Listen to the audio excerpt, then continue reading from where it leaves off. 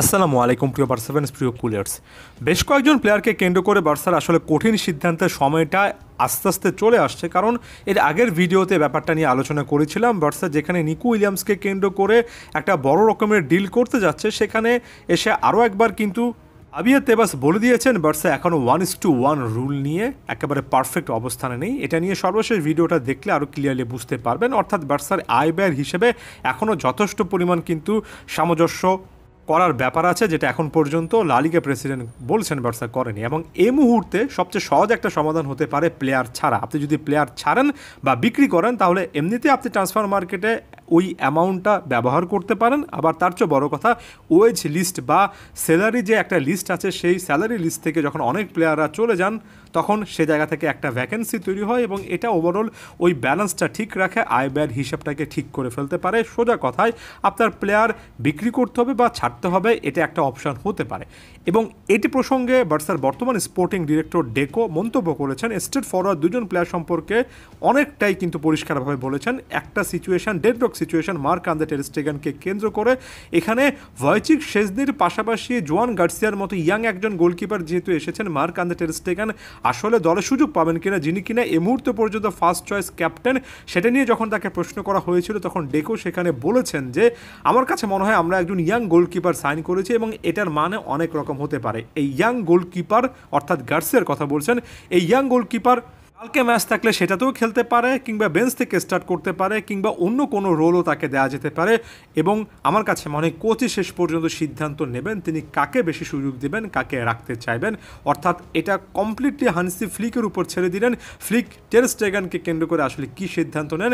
এবং এ মুহূর্ত পর্যন্ত পাওয়া খবরগুলো বলছে বার্সার প্রি সিজন শুরু হবে জুলাইয়ের 13 তারিখে।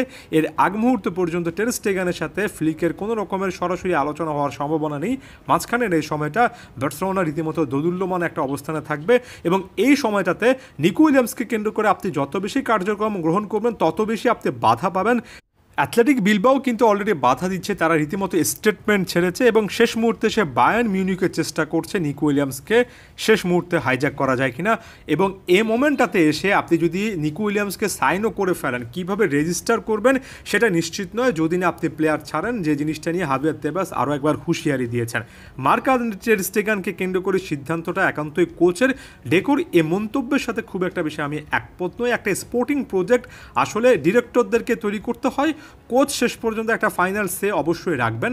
তবে প্লেয়ারদের সাইনিং এবং অ্যাকাউন্টস এগুলো যেহেতু বার্সার জন্য খুবই ক্রিটিক্যাল একটা ব্যাপার এবং বছরের পর বছর ধরে ক্রিটিক্যাল ব্যাপার হচ্ছে, সেহেতু এটা একটা কম্বাইন্ড ডিসিশন হওয়া উচিত। শুধুমাত্র কোচের একার ঘাড়ে সকল রকমের দায় বা কাজ চাপিয়ে দেওয়া উচিত নয়। পরবর্তীতে যে কোনো একজন সেন্টার ব্যাক ছাড়তে হবে এমন একটা প্রসঙ্গে এসে ডেকো এই যে জায়গা থেকে বললেন আমাদের 5 জন সেন্টার ব্যাক আছে, যে কোনো একজনকে যেতে হবে। রোনাল্ডো আরাউখোকে নিয়ে অনেকেই সমালোচনা করছেন, তবে আরাউখো খুবই কঠিন একটা সিজন কাটিয়েছিল, সে এখনও বিশ্বের অন্যতম সেরা সেন্টার ব্যাক। এবং এই টাইপের কথাবার্তাগুলো বলে যে 29 বছর বয়সে আন্দ্রেস ক্রিশ্চিয়ানসেন, যিনি কিনা ইনজুরির কারণে গত সিজনের অধিকাংশ সময় খেলতে পারেননি, তাকে হয়তোবা দল ছাড়তে হবে। 5 জন সেন্টার ব্যাক প্রসঙ্গে বলতে গিয়ে যে নামগুলো তিনি মেনশন না করলেও মোটামুটিভাবে বলা যায় এই 5 জনের কথাই বলেছেন। Pau Cubarsi, Ronaldo Araujo, Eric Garcia, Andreas Christensen এবং অবশ্যই ইনিয়েগো মার্টিনেজ।